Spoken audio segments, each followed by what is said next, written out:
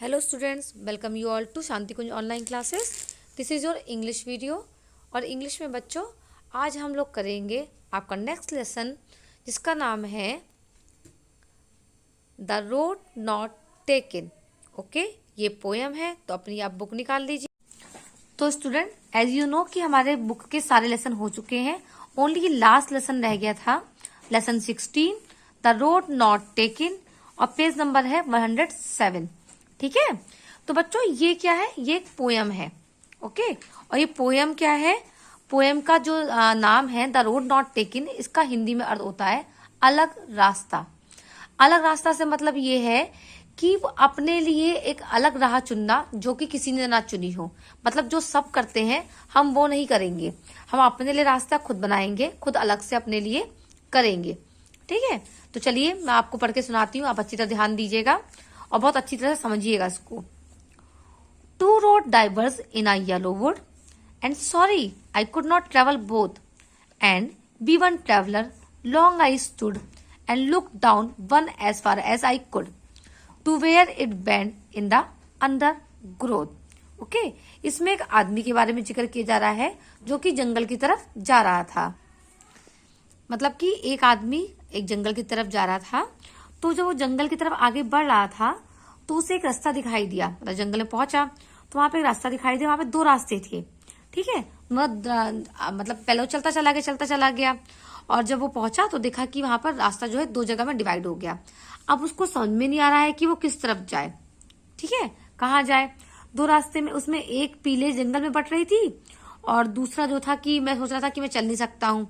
मतलब वहां के रास्ते कैसी हो गई थी, पत्ते पीले पड़ गए थे। वो जंगल के पत्ते कैसे पड़ गए थे? पीले पड़ गए थे। तो अब उस वो आदमी सोचने लगा कि मैं तो एक ही रास्ते पे चल सकता हूँ, ये तो मुझे इस बात का बहुत दुख है, मुझे अफसोस है कि मैं दोनों रास्तों पे नहीं चल सकता, क्योंकि मैं अकेला यात्री और सड़कें दो थी।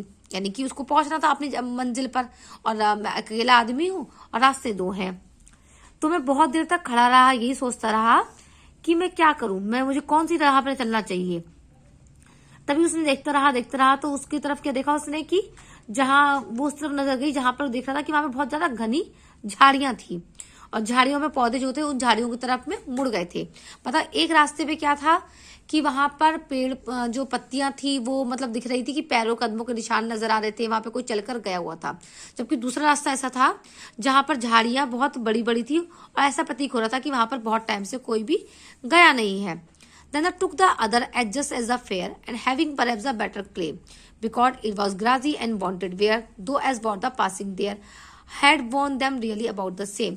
तो वही लगने लगा कि मैं अगर इस रास्ते पे चलूंगा, इस रास्ते तो सभी लोग गए हैं, इस रास्ते पे तो मतलब जो रास्ते पे जो कि कैसा है, जो बंजर की तरफ है, जो लोगों के पैरों की वजह से जहाँ की पत्तियां जो है दब के वो मुरझा गई हैं, जहाँ के पेड़ पौधे घासे वगैरह जो है वो अब वहां पे नहीं रह गई है। जबकि दूसरा रास्ता जहाँ पे झाड़ियां बहुत बड़ी बड़ी थी, हरी हरी थी, वहां पता लग रहा था साफ कि यहाँ पे बहुत समय से कोई भी नहीं गया है, मतलब उस रास्ते का इस्तेमाल किसी ने भी नहीं किया है। तो फिर मैंने सोचा कि मैंने दूसरी सड़क ले ली, और उचित भी था कि उसका चुने जाने का अधिकार था, और भी अधिक था क्योंकि उस पर घास उगी हुई थी और उस पर कोई भी नहीं चला था। यानी कि उस रास्ते पर अभी तक कोई नहीं गया था। मैंने वह रास्ता चुना जहां पर कोई भी नहीं गया था। वह सड़क भी कभी प्रयोग होना भी मानती है। मुझे लगा कि उस सड़क पर भी किसी को चलना चाहिए, उस सड़क पर भी किसी को जाना चाहिए। जब तक मैं चला तब तक वो दोनों एक सी प्रयोग हुई थी। यानी कि दिक्कत क्या थी, दो रास्ते दिखाई तो दे रहे थे और दोनों क्या दिख रहे थे, एक तरह से बिल्कुल पास से देखने पे दोनों एक जैसे दिख रहे थे। लेकिन थोड़ा आगे बढ़कर मैंने ध्यान दिया तो मुझे पता लगा कि एक रास्ते पे क्या है, बंजर भूमि है, और दूसरे रास्ते पे बहुत हरी हरी घासें हैं।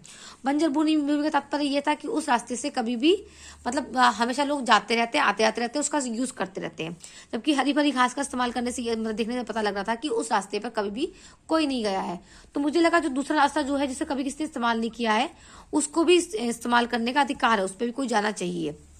And the both that morning equally lay in leaves no step had trodden black, oh I kept the first for another day, yet knowing how way leads on the way, out doubted if I should ever come back. तो अब मैं चला तो जा रहा था, अब मैं ये भी सोच रहा था कि उस रास्ते चल तो रहा हूँ, लेकिन मेरी कोशिश ये होगी कि मैं दोबारा कभी आऊं तो मैं उस रास्ते पर भी चल के जरूर जाऊं। उस समय दोनों सड़कें मेरे सामने थी, पत्तों को किसी कदम में रौंदा नहीं था। मैंने पहली सड़क किसी और दिन चलने के लिए छोड़ दी। हालांकि मैं जानता था कि कैसा रास्ता आगे से आगे निकल जाता है, तो मैं वापस संदेह हुआ कि मैं वापस कभी आऊंगा या नहीं आऊंगा। मतलब आज तो मैं दूसरे रास्ते को चुन रहा हूँ जिस रास्ते में कभी कोई नहीं चला, लेकिन मैं ये सोच के जा रहा हूँ, मैं ये सोच रहा हूँ कि आगे कभी मुझे आना हुआ, कभी ऐसा समय पड़ा तो मैं उस रास्ते पे वापस जरूर आऊंगा, उस रास्ते पे जरूर चल के देखूंगा कि रास्ता जो है जो कहाँ की ओर जा रहा है। तो उसके बाद I shall be telling this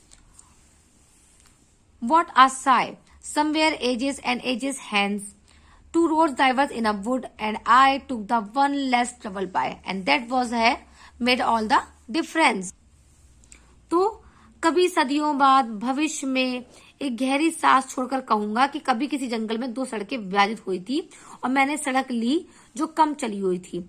उस समय मेरे भविष्य में अंतर आया, यानी कि आगे जब भविष्य में बहुत समय के बाद मैं अकेला बैठूंगा, कुछ सोचूंगा, तो मुझे यह पल याद आएगा। मुझे यह पल याद आएगा कि कभी मैं जंगल में गया था, वहां दो सड़कें थी और मैंने उस सड़क का चुनाव किया जिस सड़क को कभी भी किसी ने चुनाव नहीं किया था, जिसका सड़क पर कभी भी कोई नहीं चला था।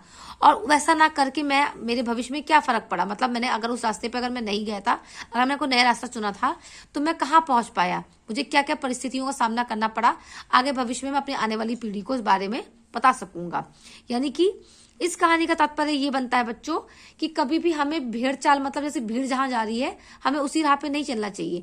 हमें अपना मेम, अपना मकसद, अपना अलग राह बनानी चाहिए। हमें लोगों से हटके कुछ अपना नया स्थापित करना चाहिए। वरना इन्वेंशन कैसे हो पाएंगे, कैसे आविष्कार हो पाएंगे?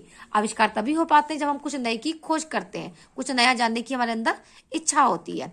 ठीक है, ये जो पोयम है इसको लिखा है रॉबर्ट फ्रॉस्ट ने। ठीक है, इसके राइटर जो है, इनके ऑथर जो है वो है रॉबर्ट फ्रॉस्ट, उन्हीं के बारे में है। उन्होंने अपनी लाइफ के बारे में इसको लेकर ही इस स्टोरी को पढ़ाया है। ठीक है, इस पोयम को बनाया है। तो आपका होमवर्क क्या होगा, पहले तो आप इस पोयम को बहुत अच्छी तरह से ध्यान से पढ़ेंगे, समझेंगे। ठीक है, उसके बाद देखिए इसमें आपको पिक्चर्स बनी हुई है, इस पिक्चर को ड्रॉ करेंगे आप। आपको पता है कि मैम हमेशा आपसे कहती है कि जो लेसन में पिक्चर होता है उसको आप ड्रॉ करना पड़ता है। उसको ड्रॉ करने के बाद में सेकंड होमवर्क होगा आपका ये 3 वर्ड मीनिंग दी, सिर्फ ओनली 3 वर्ड मीनिंग्स, इनको आप कॉपी में कर लेंगे।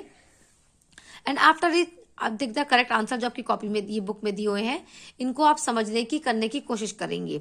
नेक्स्ट वीडियो में आपको ये पूरा मैं करवा दूंगी, तब आप इसको क्रॉस चेक कर लीजिएगा। तो आज की वीडियो में बस इतना ही, हम लोग फिर नेक्स्ट वीडियो मिलते हैं, तब तक के लिए बाय बाय।